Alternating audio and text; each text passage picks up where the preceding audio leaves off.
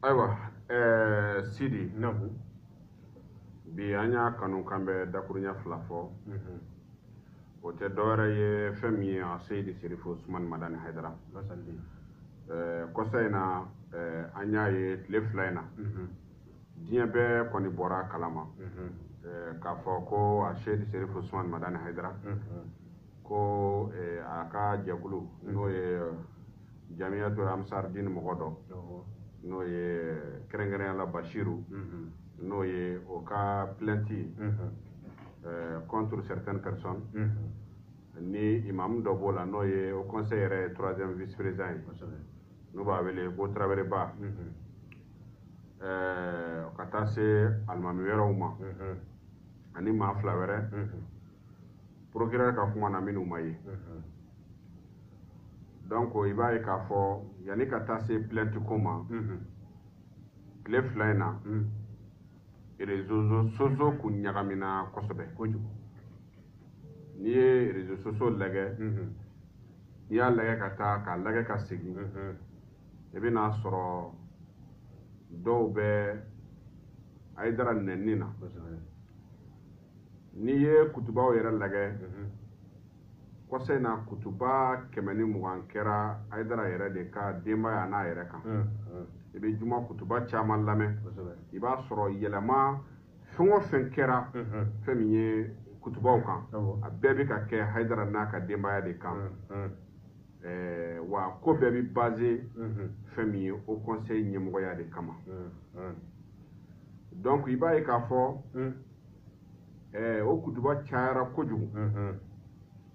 Hayidara nɔfɛmɔgɔw dɔw olu dimina ka taa plainte kɛ ko menace de mort kɛra donc procureur ka kuma na ko yafamaw yafa ɲiniw kɛra pour que vraiment a ko ka dante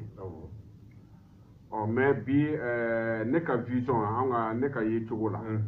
ne ni ka jɛkulu n'o ye Ala ka tiɲɛ dɛmɛ o tɔndenw an ka yeta est-ce que Hayidara ka jɛkulu mɔgɔw minnu taara plainte don est-ce que olu de kun kan ka taa plainte don wa ɲininkali b'o la an bɛ yɔrɔ min na i ko bi degun min bɛ Hayidara ni Imam Mamudu Diko ni ɲɔgɔn cɛla la a ma dogo mais n'i ye jateminɛ kɛ ko in na i b'a ye k'a fɔ ko in lasiri bɛ yɔrɔ jumɛn na a sɔrɔla o conseil ɲɛmɔgɔ in fana de nɔfɛ Hayidara ni Diko cɛ gɛlɛya ma daminɛ bi Sidi depuis anw yɛrɛ ka dɔgɔ kojugu depuis wagati mun na Hayidara fɔlɔla ka na wajuli kɛ yan Mali kɔnɔ yan Bamakɔ yan o wagati kɔnɔna na i b'a ye k'a fɔ Hayidara ni Amibi mɔgɔw kun fɔlen don ɲɔgɔn kɔ dɔɔni diinɛ in lase cogo ɲuman na maa caman bɛ yen olu ni bani kun fɔlen don ɲɔgɔn kɔ diinɛ lase cogo la o kɛra sababu ye fɛn min ye an ka karamɔgɔw olu caman ni fɛn min ye Diko u ni Hayidara fɔra ɲɔgɔn kɔ donc o sababuya la i b'a ye k'a fɔ Diko ka ani Hayidara u fɔra ɲɔgɔn kɔ ko dɔw la fo ka taa débat bɔ o la ni a bɛ f'o ma ko ORTM débat o de la i b'a mɛn Hayidara ka tariku la u b'a fɔ ko ORTM janjo yɔrɔ wɛrɛ tɛ a sɔrɔla fɛn min ye Diko ni Hayidara ka débat de fɛ mais o ye fɛn ye min ye kɔrɔlen ye an bɛ tɛmɛ o kan an b'o bila kɛrɛfɛ kɔsa in na an y'a ye k'a fɔ Imam Mamudu Diko kun ye o conseil président ye Hayidara y'a ka dankan ye fɛn min ye Usumani Serifu Madani Hayidara ale nana ka na wuli wagati mun na jihadisi ninnu nana kɔrɔn fɛ n'u ye mɔgɔ ka misiri dɔw cili daminɛ ko parce que mɔgɔ ɲuman su b'a kɔnɔ ka kaburu dɔw cili daminɛ ka dɔw bugɔ ka dɔw bolo tigɛ a wagati la Hayidara wulila a ko k'a b'a ɲini a kɔrɔkɛ fɛ n'o ye Imam Mamudu Diko ye k'a ka bɔ ka condamnation kɛ même si n'a y'a sɔrɔ ale ka taabolo tɛ u bɛ ka min kɛ a ka taabolo t'a contour la mais ale ti a ka taabolo kelen ta ye bilen a kɛra Mali bɛɛ ta ye donc a ka wuli k'a condamner o condamnation ye kuma fɔli kɔnɔna na i b'a ye k'a fɔ Usman Serifu Madani Haidara ni Diko fɔra ɲɔgɔn kɔ kosɛbɛ kosɛbɛ u fɔra ɲɔgɔn kɔ kosɛbɛ kosɛbɛ u fɔlen ɲɔgɔn kɔ kosɛbɛ kosɛbɛ min kɛ o sen fɛ fo ka n'a kɛ mankanw ye fo Haidara yɛrɛ ka pression ba kɛ Imam Mahamudu Diko kan ko f'a ka bɔ de ka déclaration kɛ parce que a ti a ka taabolo kelen dɔrɔn ta ye bon a déclaration gɛlɛyara kosɛbɛ fo ye ɲɔgɔn sama sama kumaw la donc i b'a ye k'a fɔ o wagati la fɛn min ye sunamɔgɔw parce que bɛɛ ye sunamɔgɔ ye mais pour que a ka fɔ u k'a dɔn k'a fɔ ma kuma in fɔ walasa ka kuma fɔ k'u lagosi bɛ kuma in fɔ walasa a ka faamu wahabiyaw ni fɛngɛ min ye malikiya sira mɔgɔw ye an ka diinɛ taabolo kɔrɔ mɔgɔw ye olu nana ka na fɔ ɲɔgɔn kɔ daminɛ ka taa se Diko ka mandaw fana ma i b'a ye k'a fɔ wagati mun na au conseil ɲɛmɔgɔya bɛ di Diko ma mɔgɔ bɛ yen nɔ min ye Haidara kɛrɛfɛmɔgɔ ye n'o fana tun bɛ ɲɛmɔgɔya ɲini n'o ye Camu donc o kɛra sama-samaliba ye fo ka taa kɛ vote ye parce que d'abord minnu tun b'a kɛnɛ kan olu ko k'a daminɛna k'a fɔ k'u ka sigi ka ɲɔgɔn ye bon kow ka ca dɔɔni mais de toute façon a kɔni taara se f'a nana kɛ vote kow ye fo ka na kɛ silamɛw ka ɲɛmɔgɔya nana ka na ɲini par vote i b'a ye k'a fɔ o ye degunba ye o ye degunba de ye o ko la o min kɛra sisan Haidara nana ka n'a ye k'a fɔ an minnu ko k'an bɛ taabolo kɔrɔ la an minnu ko k'an sɔnna ko kaburu yazurali an ka sɔn ma an minnu ko an ka diinɛ an bi mawludu kɛ an minnu ko kaburu ka jɔ an ka maaɲumansiw ka don an ka sow kɔnɔ an ka maaɲumansiw ka don misiriw kɔnɔ an minnu y'o fɔ n'anw m'an farati an ka diinɛ de menacetɔla don il va falloir que an ka fara ɲɔgɔn kan an k'an ka taabolo an k'a makara Haidara y'o initiative min ta a sera diinɛ duba kɔrɔkɔrɔw ma parce que Mali dɔnna ni diinɛ duba dɔw di i mana taa dugu o dugu la n'i taara i bɛna sɔrɔ duba dɔw bɛ yen olu bonyalen don diinɛ kɔnɔ munumunu salo tɛ o la Haidara nana ka na wuli ka jɔ kɛ k'a f'u ɲɛna bɔn ninnu nakun ye min ye n'an m'an farati ni ninnu sera Bamakɔ don o don anw ka taabolo ko kɔnɔ o banna donc seko i dalen don i ka sekoya bulon kɔnɔ o bɛ k'i digi-digi wuli fɔlɔ i ka nin ko kɛlɛ kɛ yanni i ka digi-digili i k'i da ten sinon digi-digili laban bɛ dabila tuma min na Haidara nana ka n'o décision ta k'o hakilina bɔ k'o fɔ wagati nana kɛ degun ye Haidara bolo munna a ma faamu parce que ko Haidara bɛ k'a ka diinɛ défend a faamuna cogo di ko Haidara ye groupement o tɔn de nana sigi sisan an k'an ka taabolo kɔrɔ dɛmɛ o tɔn de groupement des leaders spirituels musulmans du Mali n'o y'an ka taabolo kɔrɔ o groupement min nana sigi directement u y'a fɔ komi Haidara kɛrɛfɛmɔgɔw ma se ka kɛ au conseil ɲɛmɔgɔ ye min kɛ vote kɛra o ma ɲɛmɔgɔya sɔrɔ au conseil kɔnɔ donc c'est pour cela que u taara ka taa groupement sigi donc a kɛra fadenya ye groupement ko la o groupement ka congrès la u ka personne saisiw n'u ka président d'honneur ye Mahamudu Diko tun b'o la Yɔrɔmu ya Haidara tun b'o la seko wɛrɛw tun b'o la mais a don Imam Mahamudu Diko yɛrɛ taara a don i b'a ye k'a fɔ a kumana a sera yɔrɔ dɔ ma a donna tarika kɔnɔ a ko ka tila k'a fɔ ko jɔnni ko Diko tɛ ko in ɲɛdɔn a donna tarika kɔnɔ o ye k'a yir'u la dɔrɔn a don ale ka solidarité bɛ yen ka dɔn f'u ka fɛn f'u yɛrɛ ka u yɛrɛ bɛ baara kɛ ni baaraminɛ minnu ye a donna olu f'u ka soɲɛ kɔnɔ na k'a yira k'a fɔ a b'a dɔn donc a kɛra nisɔndiya ko ye mais an tilala k'a ye sama-samali caman b'a kɔnɔ n'i y'a ye région kɔnɔna ninnu na a gɛlɛyara kosɛbɛ mais groupement ka wuli ka jɔ o barika bonyana kosɛbɛ u ye tɔn sigi fan bɛɛ fɛ u nana ka na Haidara k'a ɲɛmaa ye o wagati la a y'a sɔrɔ Haidara y'a fɔ a da la k'a fɔ clairement n tɛ kɛ au conseil ɲɛmɔgɔ ye wa n t'a ɲini kojugu donc Haidara y'o fɔ o kuma fɔra k'o mɛn bɛɛ da groupement ɲɛmɔgɔya nana d'a ma a y'i ban o fɛnɛ na o CEDEAO jɛlen bɛ yen f'u k'a ma bɔ n'i ma sɔn e de y'an bɛɛ fara ɲɔgɔn kan n'e ma sɔn an laban b'a dabila soit an bɛ taa bolisɔnna dɔ nɔfɛ ka n'o kɛ silamɛw ka ɲɛmɔgɔ ye u ye Haidara u sera Haidara la n'o yɔrɔ ye u ye Haidara sɔrɔ kosɛbɛ donc finalement Haidara kɛra groupement ɲɛmɔgɔ a kɛlen groupement ɲɛmɔgɔ ye a kɛra komi i n'a fɔ Haidara ye groupement créé contre au conseil islamique or ka sɔrɔ Haidara yɛrɛ ye premier vice président ale de dan bɛ Mamudu Diko kan ale de Mamudu Diko ka dangan ye kojugu maa bɛ se k'i yɛrɛ kɛlɛ wa yarɔ o ye problème ye voilà yarɔ o tɛ Haidara ye donc i b'a ye k'a fɔ o kɛlen mais ka sɔrɔ yali groupement ka créé o y'a sɔrɔ sunnamɔgɔw ka tɔnw bɛ yen a caman o tɔn caman bɛ yen mais comme groupement de créera dɔrɔn directement a fɔra ko bi au conseil contrôle la ala y'a kɛ Imam Diko ka mandat nana ban mandat ye 2 ans de silamɛw ka tɔn tɛ au conseil ye mais silamɛw de ka jɛkulu bi kɛ au conseil kɔnɔ o fɔ k'o jɛya mɔgɔw ye au conseil yɛrɛ nana na cogo jumɛn na Alpha Umaru Konare de y'a ɲini parce que kuma dɔw la diinɛ ɲɛmɔgɔ dɔw bɛ fɛ ka kuma dɔw fɔ dɔw bɛ wuli ko f'u ka président ye dɔw bɛ wuli k'u mago bɛ président na bɛɛ bɛ fɛ ka fɛn dɔ fɔ président ye ko diinɛ ɲɛmɔgɔ silamɛ diinɛw u k'u fara ɲɔgɔn kan u ka kulu dɔ sigi u ka ɲɛmaa dɔ ɲini ka bila olu la o bɛ kɛ kuma ɲɔgɔnman ye olu ni silamɛw cɛ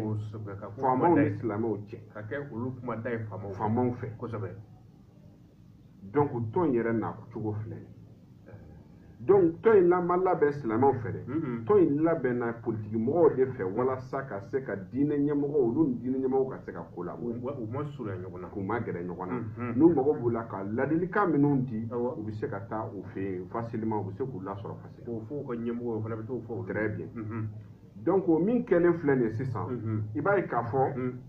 o kɛra tendance ba ye depuis yen de gɛlɛya ba donna an ka diinɛ kɔnɔna na ka na se kɔdiko yɔrɔ ma ka na se problème caman ma i n'a fɔ Daniel Tosege n'u ka problème caman kɛra donc i b'a ye k'a fɔ silamɛw b'a ɲini wagati o wagati k'u bɛ gɛrɛ ɲɔgɔn na problème bɛ yen ni Diko ko ma na Haidara ko bɛ na ni Diko ko ma na Haidara ko bɛ na donc o tendance fila de bɛ yen bon maintenant an ka kuma bɛ min nɔfɛ Haidara ye groupement sigi jɔnw de kama taabolo kɔrɔ mɔgɔw Haidara ye groupement laɲini kɛ o de kama maintenant a ye kɛlɛ min kɛ n'o kɛra yugubafɛn ye ani Diko fɔ ɲɔgɔn kɔ kosɛbɛ n'o ye wagati min a ko Diko ka bɔ ka condamnation kɛ Haidara y'o kɛ est ce que Haidara ka misiri de kun cira wa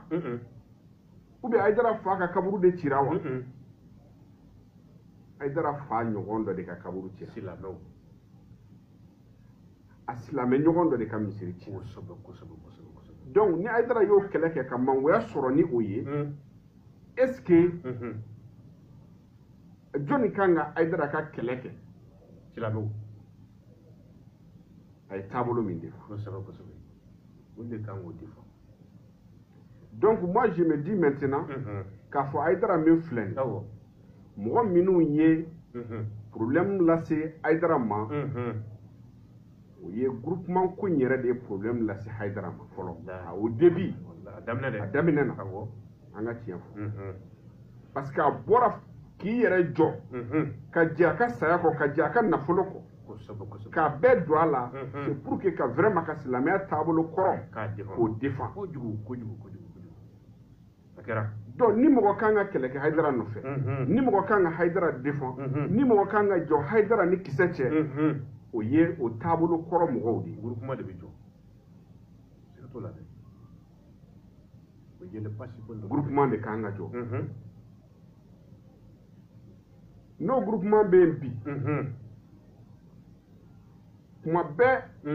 kutuba bɛ ka yɛlɛ Hayidara kan kuma bɛɛ kutuba bɛ ka yɛlɛ a denw kan kuma bɛɛ kutuba bɛ ka yɛlɛ a ka denbaya kan a bɛ ka nɛni a ba bɛ ka nɛni a fa bɛ ka nɛni diɲɛ don o don i bɛ ko kura mɛn dɔ da mais ni mɔgɔ kun kan ka wuli ka conférence ba kɛ contre ça ka conférence de presse baw kɛ contre ça c'est d'abord le groupement des leaders spirituels musulmans du Mali olu de fɔlɔ kan ka wuli nin plainte min donna Hayidara nɔfɛ mɔgɔw fɛ Bachiru min ye plainte don moi je ne suis pas contre Bachiru i ye ne karamɔgɔ nɛni n bɛ karamɔgɔ min fɛ ka tɛmɛ fɛn bɛɛ kan i y'o nɛni n kan ka recours kɛ cogo min n bɛ taa ten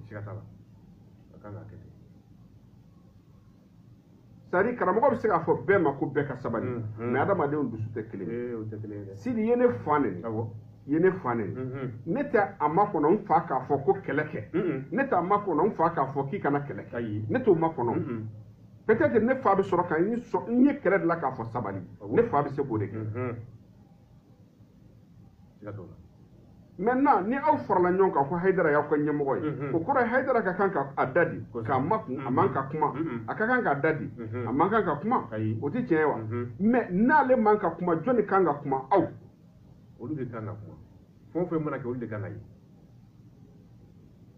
olu kan ka ye donc ne bɛ se ka ɲininkali kɛ est-ce que groupement mɔgɔw est-ce que u ma Hayidara janfa wa moi je me demande n y'a fɔ n ko n ka analyse sama n ka que moi est-ce que nin groupement min filɛ groupement des leaders spirituels musulmans du Mali est-ce que olu min filɛ nin est-ce que olu yɛrɛ de fɔlɔ ma Hayidara janfa wa ɲininkali bɛ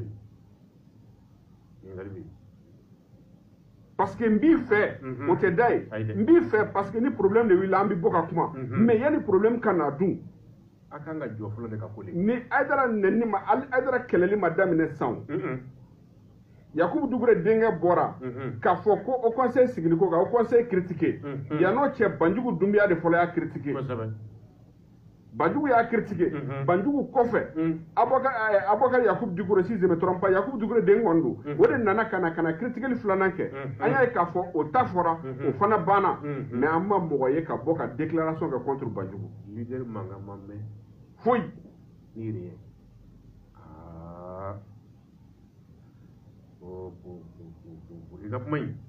i ka kuma in dɛ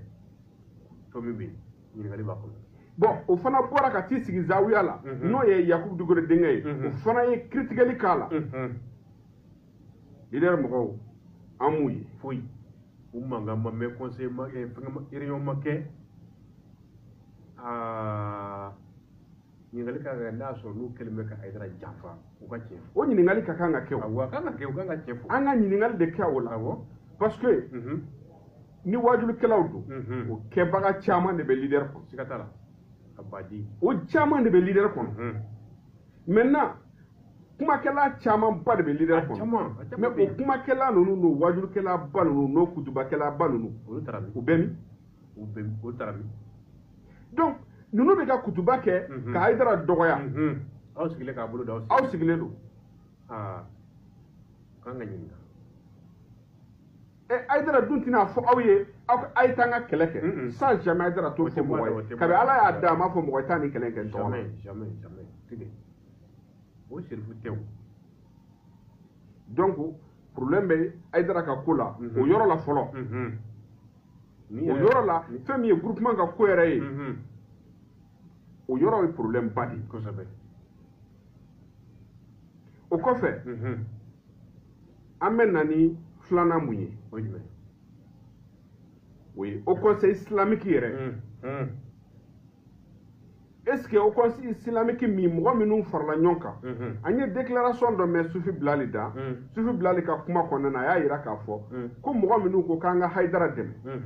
mɔgɔ minnu ko k'an ka Hayidara mɔgɔ minnu wulila k'an ka dɛmɛ k'a ka kɛ au conseil ɲɛmɔgɔ ye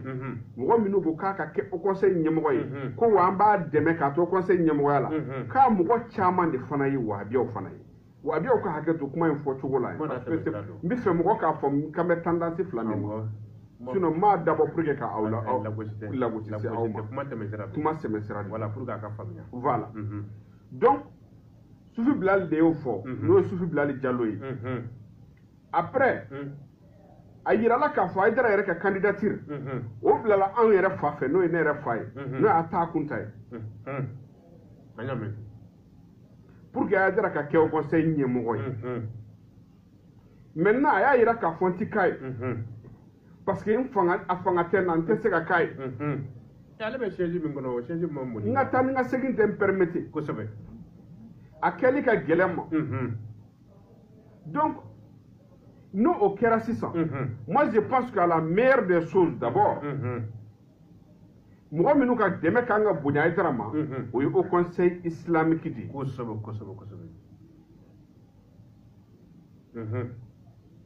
mais an y'a ye o conseil islamique fɛn min bɛ ka fɔ Hayidara ma o yɛrɛ ju bɛ ka bɔ o conseil islamique de kɔnɔ o kɔni an b'a dɛmɛ o kuma bɛ taa ni mais anw bɛ ɲininkali kɛ o conseil islamique min ko Hayidara ka kɛ minnu sɔnna parce que mɔgɔ mana kɛ cogo cogo dɔ bɛ ban mɔgɔ mana kɛ cogo cogo dɔ bɛ ban mais ni majorité sɔnna o majorité min sɔnna ka Hayidara kɛ o conseil ɲɛmɔgɔ ye ka taa sigi bɛɛ ɲɛkɔrɔ minnu y'a kalan minnu yɛrɛ ye Hayidara ka présidenya sigili kalan n'o ye Usumani Sɔlihu ye an ka bonyaba b'a kan olu ye wabiyaw de ye maintenant wabiya groupe minnu y'a sigi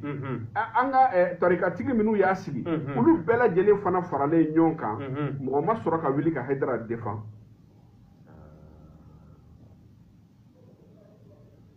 Fati Sakana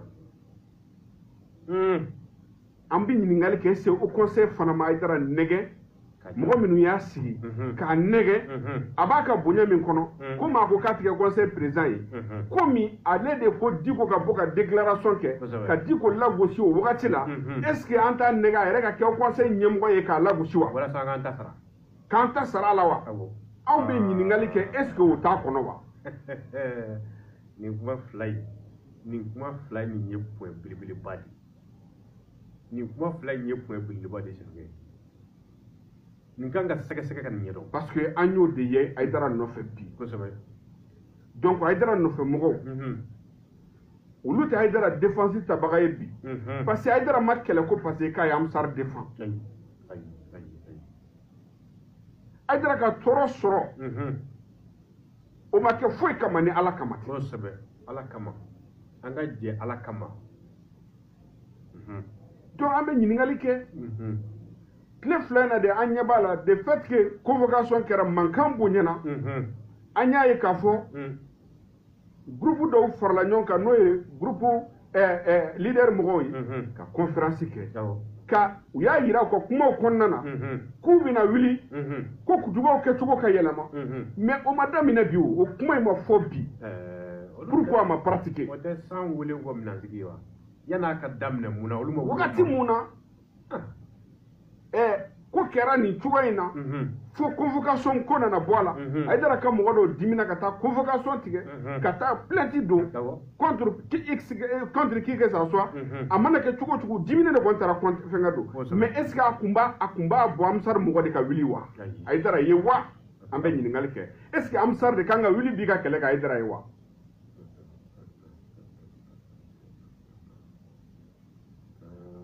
Sidi an bɛ ɲininkali kɛ est ce que Hayidara ma janfa wa nin yɔrɔ fila in na Serifukɛ nin yɔrɔ fila in na leader ka taa se mɔgɔ si ma se ka sɔrɔ ninnu na nin yɔrɔ fila don min na plainte filɛ ka taa don imamu jaabi min kama a ye émission kɛ a tɔgɔ kutuba kɛ a don a ko Amusaru ma ko ni wajuli kɛra k'i b'u kule kan mɛn Hayidara k'o tɛ Hayidara ye o ko dangaden ninnu a y'o fɔ Amusar mɔgɔw de ma ayiwa kɔrɔbaw b'a la minnu ka kɔrɔ n'ale mɔkɛ ye kosɛbɛ a fɔfulɔw b'a la a kɔrɔfulɔw b'a la e ka kariya ka t'i jɔ ala kira jɔyɔrɔ la minbaru sanfɛ k'a fɔ ko dɔw ma k'u dangadenw ko parce que k'u kulenna n'u ka karamɔgɔ tɔgɔ o y'o fɔ o conseil bɛ yen o conseil bɛ se ka décision ta ka hali mɔgɔ gɛn ka bɔ Mali la yan Guinée min nana yan k'a bɛ seli bamanankan na n'a taara seli Hayidara ka misiri la k'a sɔrɔ Hayidara t'a kalama yɛrɛ k'a bɛ ka seli a ka misiri la o conseil ye décret bɔ ko k'a gɛn ka bɔ Mali yɛrɛ da fɛ o kɛra o kuma yɛrɛ cayara de fɛ mais aw ka o conseil président o ka jɛkulu olu a n'a ka groupe a bɛ fɔ olu ma ko dangadenw aw sigilen don o conseil ma wuli k'a ka décision bɔ o la mɔgɔ bɛ se k'a fɔ ko nin ye kɔni o conseil yɛrɛ bɛ se ka ɲininka mun na est ce que o ma Hayidara yɛrɛ janfa o de la an bɛ k'a fɔ est ce que o ma Hayidara nɛgɛ a ka kɛ o conseil ɲɛmɔgɔ ye walasa u ka fɛrɛ a ma k'a janfa k'a tɔgɔ tiɲɛ min kɛ u ka sɔrɔ ka n'u ta sara c'est ça parce que a ye Diko koron fo Diko ka déclaration kɛ maintenant an y'a ye k'a fɔ mɔgɔ minnu fana imam Jaabi min filɛ an filɛ ka min fɔ nin ta o imam Jaabi fana o m'a dogo k'a fɔ ale ye Diko ka mɔgɔ ye dɛ il a déclaré clairement k'a ye Diko ka mɔgɔ ye n bɛn'o f'i ye a ka kuma jumɛn kɔnɔna na n bɛn'o yɔrɔ f'i ɲɛna a ko président kun bɛna kɛ laya ye min na Assimi Goïta u ko k'u bɛna a kan tigɛ min na fo a sera k'i yɛrɛ défend parce que o ko commando don k'a sera k'i yɛrɛ défend o sen fɛ Hayidara bɔra ka déclaration kɛ k'a fɔ k'u b'a condamné a ka Hayidara ka déclaration kɔnɔna na Hayidara ko a ko fɛn min ye Diko a tɔgɔ ye di Assimi ko u kun bɛna tɔɔrɔ s'a ma an yɛrɛ silamɛw ka misiri de kɔnɔ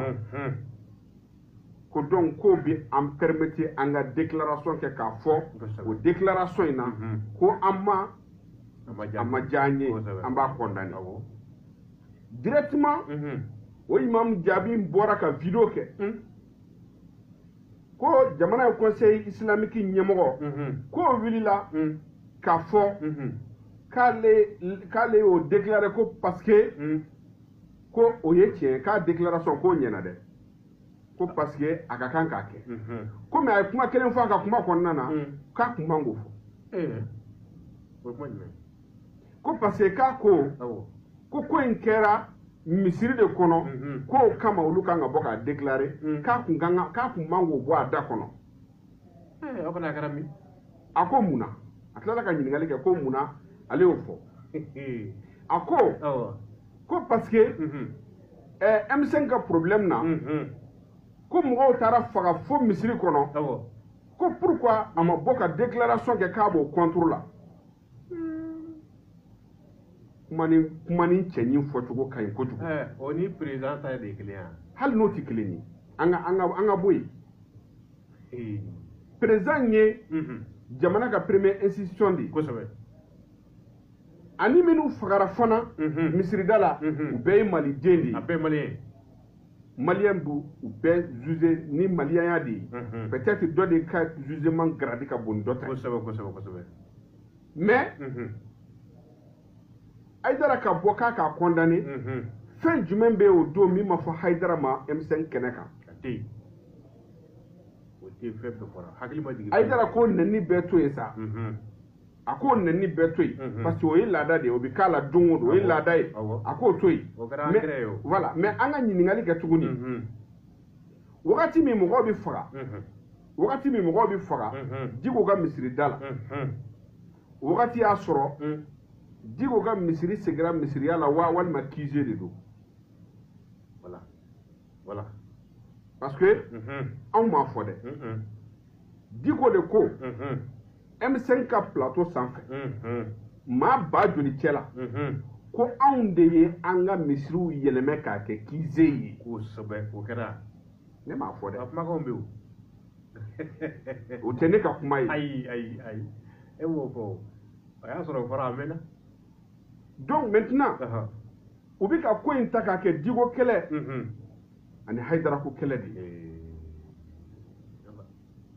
an bɛ Haidara fo halisa a bɛ sabali min na an y'a ye fana wagati mun na a fɔra ko convocation kɛra ni imamu bɔra ɔhɔ au conseil islamique ka mɔgɔ de y'an convoqué an kɔni tɛ taa f'an ka imamu ka bila i y'o kumaw mɛn tuma min na i b'a ye o ko bɛ taa kun cɛ imam Diko bɛ t'i yɛrɛ sɔrɔ o kɛnɛ kan yala la ka taa wele a tɛ président yɛrɛ wele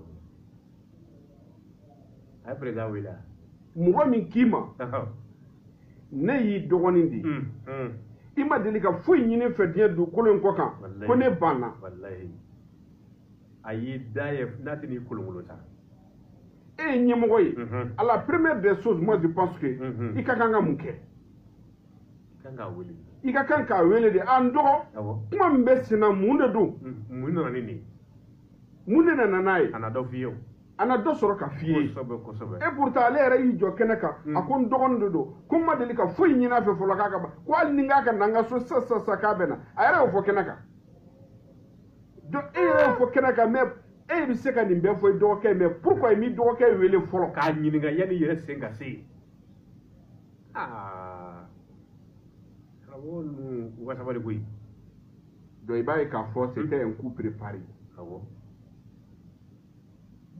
donc directement an ɲɛ b'a la fana Yakubu Dikɔrɔ denw olu fana sinna ka wuli ten a denkɛ dɔ bɛ yen o fana wulila ten ka kɛlɛ yɛrɛ k'a yɛrɛ ta ye ɔhɔ ko n'a fɔra ko dɔ nɛnna k'o bɛ wele fanga na k'o ma daminɛ bi koyi k'olu faw nɛnna Sikaso ko k'a f'olu ma ko dangaden 7 ka t'o kɛlɛkɔrɔ ta ka n'o don nin problème na or Haidara yɛrɛ t'a kalama min bɛ yen olu bɛ ɲɔgɔn sara la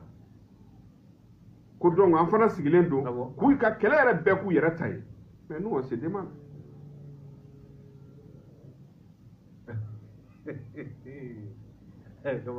aw b'a partager kosɛbɛ aw bɛ kɛriw bila k'a partager kosɛbɛ pour que mɔgɔw k'a sɔrɔ aw bɛ kɛri bila aw b'a partager kosɛbɛ pour que mɔgɔw ka se k'a sɔrɔ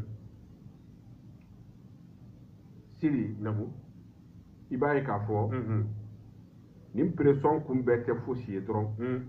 an ka Haidara lagosi an ka Haidara sen bɔ nin ko in na kosɛbɛ maa min bolo bɛ Ala bolo ma mais Siri depuis Haidara kɛra conseil ɲɛmɔgɔ ye ne y'a fɔ yan nin antenne kelen kan n ko n jɔrɔ la y'a fɔ kosɛbɛ Haidara ye kuranɛ ta kuranɛ kuturu ta ko wallahi kuranɛ filɛ n ti kɛ conseil ɲɛmɔgɔ ye ninnu de y'a bolo ta k'a tɔnɔmi k'a da kɔ kan nin tɔgɔ tiɲɛ bɛɛ bi ka da Haidara kan u kan ka kɛ k'a sɔrɔ ninnu bɛɛ bi kɛnɛ ma leader bɛɛ bi kɛnɛ ma bi nin tɔgɔ tiɲɛ bi da Haidara kan tuma min o ka kan k'a sɔrɔ leader bɛɛ bi kɛnɛ ma ne yɛrɛ bɛ n yɛrɛ ɲininka n ko leader cira de a bɛ yan est-ce que leader bɛ yen aw de Haidara tɛgɛ tɔnɔmi k'a da kɔ kan leader kɔni tɛ sa sɛnɛ leader tɛ o n'o tɛ depuis wagati min na u bɛ kutubaw kalanni daminɛ voilà leader kun kan ka wuli k'i jɔ k'a ka jɔ Haidara bi ka dɔgɔya donc o conseil ka wuli k'a jɔ ni leader ko ni o conseil mɔgɔw ma jɛnɛ olu de kan ka wuli k'a fɔ Haidara ma an bɛ démissionner parce que an bɛ ka tɔɲɔgɔn o conseil kɔnɔ tiɲɛ tɛ ka fɔ an ka hakɛ tɛ ka d'a ma o conseil yɛrɛ mɔgɔw ta to yen sa o conseil ta to yen leader min sigilen n'olu bɛ ka Haidara yɛrɛ défend fɔlɔ n y'o de fɔ leader de kan ka wuli à la première des choses ka o conseil yɛrɛ attaquer fɔlɔ voilà aw ko aw ye jɔn nana ka na seli bamanankan na yan aw y'o gɛn ka bɔ yan dɔ taara i sigi ka o conseil islamique ɲɛmɔgɔ ta ka na dɔgɔya k'a lagosi aw yɛrɛ ka président aw ko k'a bɛ min kɔ leader ma wuli k'a conseil saisi o conseil ma wuli ka mankan ci o conseil ma se k'o tigilamɔgɔ suspend non leader tɛ yen an b'o de fɔ leader tɛ yen aujourd'hui an bɛ ka kɛlɛ de kɛ ko parce que ko dɔ taara plainte don fo mɔgɔw bɛ ɲininkali kɛ ko Haidara ka mɔgɔw bɛ fɛ ka problème lase Haidara ma tɔɔrɔ min bɛ Haidara kɛ o tɛ Amsar tɔɔrɔ ye dɛ parce que ko in problème ye min ye u bɛ tilen ka Haidara dɔgɔya u bɛ tilen k'a nɛni mais ni Haidara ka Amsar mɔgɔ kelen wulila ka n ko fɔ o de bɛ kɛ balawu ye mais fɔ ka da la nɛni min n'aw bɛ s'a la o nɛnikɛla 100 bɛ Haidara bolo aw bɛ se kumaba min na misiri mirabu sanfɛ o ɲɔgɔnna kɛla 100 bɛ Haidara bolo a caman ba yɛrɛ mɛ mɔgɔ bɛ ko dɔw to yen ka sabali wallahi ni haydara ya hinabi mina billahi o don haydara be ka déclaration ke kuna sini amone na fay tabali fu ñaaye ako nale ko bi nale kumana bi jamana yi o ma sale ko fo diɲɛ bɛɛ b'o dɔn bi diɲɛ bɛɛ b'o dɔn bi nga kana kuma mais parce que a sabalilen do o de bɛ ka na ni ye nga kana kuma a sabalilen de bɛ ka na ni mais an bɛ ɲini an kɔni bɛ min fɔ Haidara jɛɲɔgɔn n'a teriw ye u k'a dɔn k'a fɔ Haidara bɛ tɔɔrɔ min na olu ka tɔɔrɔ don dɛ kosɛbɛ n'u ma wuli k'u jɔ n'u ma wuli k'u jɔ kana fɔ ko Haidara jɛɲɔgɔn na tɛrɛ dɛ a fɔ leader an b'o fɔ ko dogo leader ka wuli k'i jɔ n'u salen tɛ Haidara ka sɔrɔ o conseil ɲɛmɔgɔya la bi jɔnni y'a s'a ma leader tɛ olu de don kɛ il a dit que n t'a fɛ n ti k'a ye n ti fɛ ka k'a ye aw de taara bolo tɔnɔmi a kɔfɛ k'a ta k'a kɛ conseil ɲɛmɔgɔ ye mais bi Haidara bɛ ka dɔgɔya Haidara dɔgɔyalen kɔfɛ nin ka kan ka kɛ ka sɔrɔ leader maa dɔw bi kɛnɛma de u ti so kɔnɔ o bɛ b'a sɔrɔ leader sigilen don kun jumɛn kama u ka se ka fɛɛrɛ tigɛ ka tɔɔrɔ fɛn o fɛn bɛ Haidara kan Haidara minɛ ka da jama billahi tɔɔrɔ fɛn o fɛn bɛ Haidara kan wallahi ninnu ka problème don o do kɛ olu de don n'a y'a aw ja n'aw y'a ye a y'a ɲɛ aw ka ɲɛŋunu tigɛ an na aw k'aw da tigɛ an na ne yɛrɛ jɛɲɔgɔnbaw b'u la mais an ka tiɲɛ fɔ ɲɔgɔn ye leader ye Haidara janfa clairement ne de fɔ n ko n'a y'a sɔrɔ ni leader ko sigilen kun tɛ dɔwɛrɛ kama ka Haidara minɛ ka di a janfabaw ma mais c'est ça n'a sigilen don o kama ayiwa o b'o tiɲɛ fɔ n'u yɛrɛ sigilen don k'u bɛ ka Haidara de défend u ka wuli ko fana tiɲɛ aujourd'hui an bɛ min fɔ an bɛ sɔla baya Haidara fo wallahi sɔla baya ya Haidara billahi a y'a yira k'a fɔ k'a ye Sherifu den halala ye a y'a yira k'a fɔ diɲɛ bɛɛ la ale ye Haidara kanuba ye billahi kosɛbɛ ok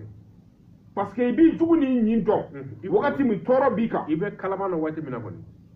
a ka kala waati na b'i nini jugu dɔ waati Haidara b'i sigi kuma min chaise sanfɛ ka déclaration kɛ o déclaration tun kan ka kɛ leader de fɛ yanni ka déclaration in don se nɛni minnu dara Haidara kan leader de tun kan ka wuli k'o kɛlɛ kɛ Serifukɛ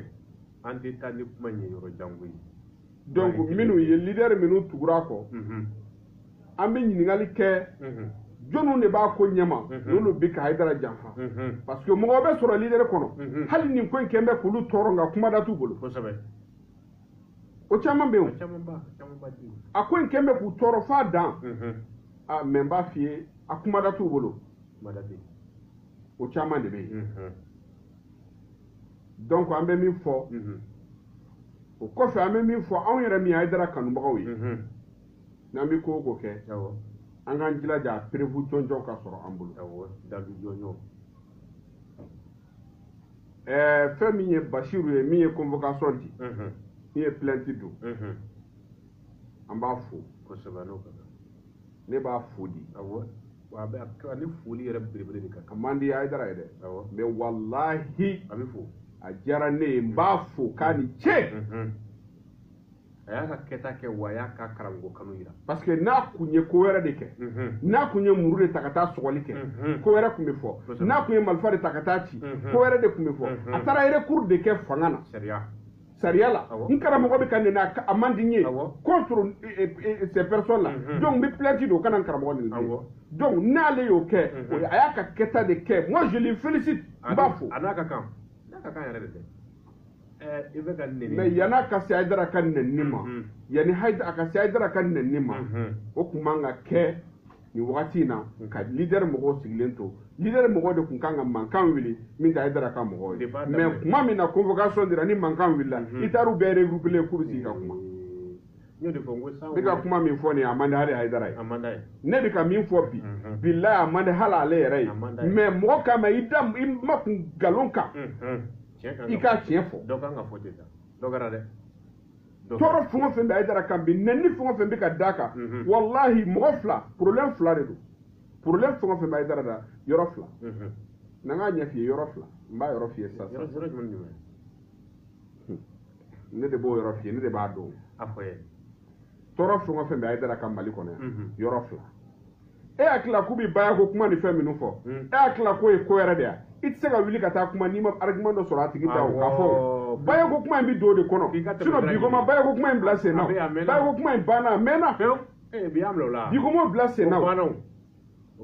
mais kɛlɛ bɛ mun nɔfɛ ni ne bɛ fɛ k'e siri dɛ n bɛ fiɲɛ dɔ de ɲini la k'i kɛlɛ n'o ye o tɛ tiɲɛ ye ne b'o de kɛ o mais est ce que o yɛrɛ de nɔfɛtɔ ko don wa sinon n'e ko baya ka ɲi ne ko n ko baya ma ɲi e ko k'a ka ɲi mais e min ko k'a ka ɲi ni mɔgɔ min tugura ko o tigi y'a kunko de ta ni ne fana ko k'a ma ɲi min tugura ko o b'a kunko de ta n'a ka sira don bɛɛ n'i ka sira de don bɛɛ n'i ka sira tɛ yan e ko sɛbɛn tɛ bila ko ne ko k'a bɛ bila n kun alhamdulillah ne ka sɛbɛn de bɛ n nafa a t'e min nafa a t'o ye kɛ ayiwa jagoya tɛ o kɛlɛ bɛ yen wa ayi mais o tɛ kɛlɛ kun ye dɛ ayi kɛlɛ kun ye Hayidara yɛrɛ nɔfɛtɔ ko de Hayidara kun yɛrɛ i b'o nɔfɛtɔ kun dɔn wa ayi wallahi maa fila dɔrɔn groupement mɔgɔw kama n'o y'an ka taabolo kɔrɔ mɔgɔw o kɛlɛ kama ani politique mɔgɔw bari politique mɔgɔ fɛn o fɛn n'aw bɛ fɛ ka ye o bɛ taa Hayidara ka kɛnɛ kan u bɛ taa ka kɛnɛ kan u bɛ taa tanu sinon u bɛ tila ka mɔgɔw bila k'a nɛni ka t'u bila kama na ka pan n ko don la n ko Hayidara man k'i ta kɛ ala kama i ka politique mɔgɔ ninnu weleli i ka kɛnɛ kan i ka interdit u kana t'i ka kɛnɛ kan wa u to yen n'u yɛrɛ bɛ se ka min k'u yɛrɛ k'o kɛ ko in problème filɛ ni fila de bɛ Hayidara kan wa k'a fɔ diɲɛ bɛɛ ye procureur a ye kuma dɔ fɔ Ture n bɛnkɛ de don e bɛnkɛ ne ba tɛ Ture yan bɛnkɛ yɛrɛ de don n bɛnkɛ yɛrɛ de don ale n ba dɔgɔnin de don n ba dɔgɔnin jolina yɛrɛ n t'o kɔni dɔn mais n ba dɔgɔnin don kɔni o Ture a ye kuma dɔ fɔ bi o kuma ka kan ka silamɛ bɛɛ fa procureur de ye waajuli kɛ silamɛw ye bi kunun ale de ye waajuli kɛ a ko débat fu de don c'est un faux débat ko e ko baya ye silamɛya don ka ye e ka don baya la e ka baya kɛ ka don silamɛya la ne ko n ko kalimatu sariya de ye baya don silamɛya don ka ye ne ka kalimatu sariya fɔ n ka don silamɛya la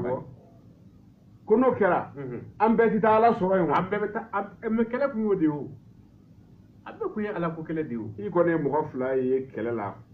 misi kunkolo nɔfɛ da dugula ko bɛ dɔn sanfɛla ɲɛ kolo jala de don mais min kɔni dɔn bi leader o conseil mɔgɔ minnu ko Hayidara ka kɛ o conseil ɲɛmɔgɔ ye n'aw ma Hayidara dɛmɛ bilahi aw y'a janfa siga t'a la wa Hayidara y'a fɔ aw ye o a tɔɔrɔlen don a m'a fɔ aw ye o a tɔɔrɔlen don a y'a fɔ aw ye o a nin degunnen don a m'a fɔ aw ye o a nin degunnen don ni Hayidara ni Amsar don Hayidara tɛ tɔɔrɔ tɔɔrɔ b'a kan i y'a fɔ cogo min na tɔɔrɔ b'a kan olu de y'a bolo tɔrɔ min k'a da janfa kɔnɔ n'o kun Hayidara bila conseil ɲɛmɔgɔya la bi dɔgɔyali min bɛ k'a sɔrɔ o b'a sɔrɔ wa o tɛ kelen ye wa ni leader ko kɛlɛ kun tɛ tɔɔrɔ min b'a kan est ce que a b'o sɔrɔ wa o kuma t'a la u ye cɛkɔrɔba in janfa dɛ leader kɛrɛnkɛrɛnnen wallahi ne ye Hayidara ye kunun hali n'i y'a ɲɛkun ye bilahi ne ɲɛji bɔra a ka haramu n'i y'a ɲɛkun ye i b'a dɔn fɛn dɔ b'a dusukun na mais a tɛna se k'a fɔ leader namu ne de ye nin fɔ ne Ali Boubacar Hayidara ne de y'a fɔ awɔ bɛɛ n'i daw n y'a fɔ bi n y'a fɔ sini minnu y'a Hayidara nɛgɛ ka taa n'a ye conseil la aw m'a dɛmɛ aw y'a janfa aw minnu y'a k'aw ka ɲɛmɔgɔ ye leader la n'a ye tɔɔrɔ bɛɛ sɔrɔ aw kɔfɛ n'aw ma wuli k'aw jɔ k'a soutenir aw y'a janfa wa siga t'a la an b'a fɔ aw de y'a janfa a bɛ degun min kɔnɔ a b'aw de ka degun kɔnɔ donc n'aw ma wuli k'aw jɔ aw y'a janfa an b'a fɔ aw ye dɛ namara foyi t'a la tiɲɛ yɛrɛ de ye tiɲɛ an ka kuma tiɲɛ kan donc an ti yan mɔgɔ kama an ti yan mɔgɔ ɲɛdafilɛ kama a groupement mɔgɔ si tɛ yen Bamakɔ yan ko ne Ali Boubacar Hayidara ni min tɛ ɲɔgɔn dɔn n ka bonya b'a bɛɛ kan mais ni tiɲɛ nana i b'a fɔ dɛ ne de y'a fɔ n bɛ n ka nɛgɛjuru sira fɔ k'a jɛlen fɔ bɛɛ ɲɛna k'a fɔ k'a wasa a k'a fɔ dɛ ne ka nɛgɛjuru sira o jɛlen don 66 53 53 45 40 70 70 n bɛ segin a kan 66 53 53 45 40 70 bi wolonfila o ye n ka nɛgɛjuru sira ye a fili kɔrɔ donc an bɛ min b'an bolo ka fɔ nin o ye nin ye sɔɔni